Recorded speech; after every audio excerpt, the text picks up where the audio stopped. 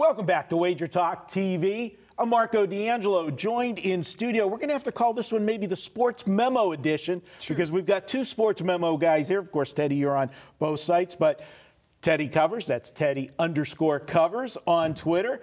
You can find him at both Wager Talk and Sports Memo. And we've got first time on the show. Glad to have Eddie Boron with us. You can follow Eddie at Eddie Boron on Twitter. Guys, we've got the defending national champs, Villanova, playing St. Mary's. A little bit of a surprise to be here. Last week here in Vegas, they slayed one of their dragons, the Gonzaga Zags, here for the conference championship. Or was that a little conspiracy theory to get another team in to get a little conference money? Teddy? Well, it's a big part of the handicap. But first, I got to ask you, this is your first video for Yes, it Wager is. Talk. Yes. And you just joined the Sports Memo team. About a week and a half ago. You want to go first, or do you want to sit and wait? I'll sit and wait. Okay, yeah. You know what I mean? So sometimes you like your first video, you want to go. And he's like, no, I'll chill. So there's so many issues with this, and the very first issue is, was that real from St. Mary's, or was it the Zags? And remember the night before, the Zags couldn't miss the night before against Pepperdine. They hit everything in that ball game. And I know I had Pepperdine plus 24, and they lost by 26. And, the Zags hit and it wasn't a right side. It was a wrong side from the get-go. But I had a chance at the end. But the Jags still, they got to a century in that ball game.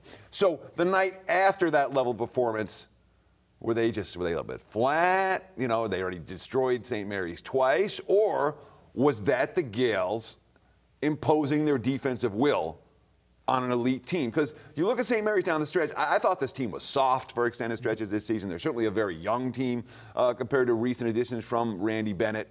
And I wasn't looking at them as anything resembling an NCAA tournament team. I was looking at them as a team to fade in the NIT.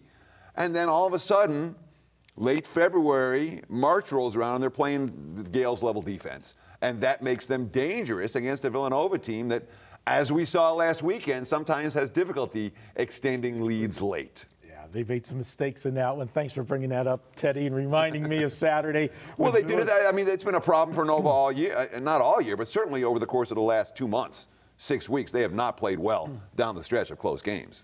And, Eddie, you look at it and you talk about getting hot at the right time. St. Mary's did, winning 7 of their last 8 ball games down the stretch. And I thought coming into this year's conference tournament, I thought this was the biggest gap between Gonzaga and St. Mary's in recent years, yet St. Mary's was able to pull that off. How do you see them stacking up against Villanova in this one? Actually, I think they match up, decent with them. St. Mary's really can guard the 3. And when you get out there, Villanova at times lives and dies with the 3. And St. Mary's definitely can slow that down. And I also like the fact that both teams walk the ball up. The pace is similar.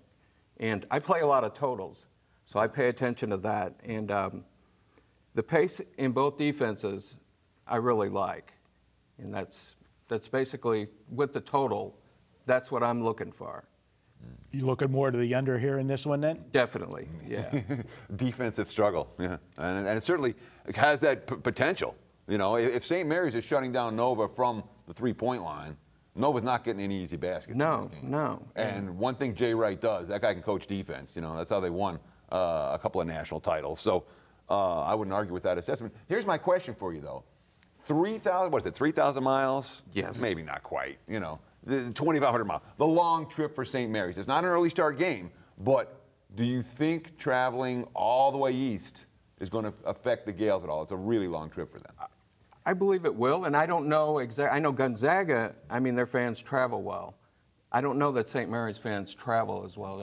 Do you happen to know that? I wouldn't expect there to be a strong St. Mary's contingent, although, as we know in these tournaments, in Big Dance, the crowd will turn on any favorite who's not covering, everyone who's not fans of that school will be rooting for the dog. So happens all the time in tournament venues. All right, so we've got an under from Eddie. Your lean, Teddy?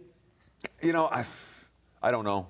I guess I lean Gales. I lean St. Mary's plus, but I haven't gotten to the window with it, and I don't think I will.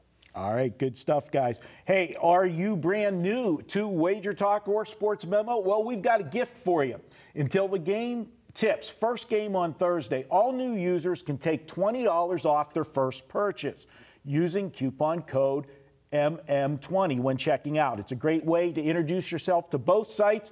This is to first-time subscribers. Check it out at Wager Talk and Sports Memo. We'll be back with more here at Wager Talk TV.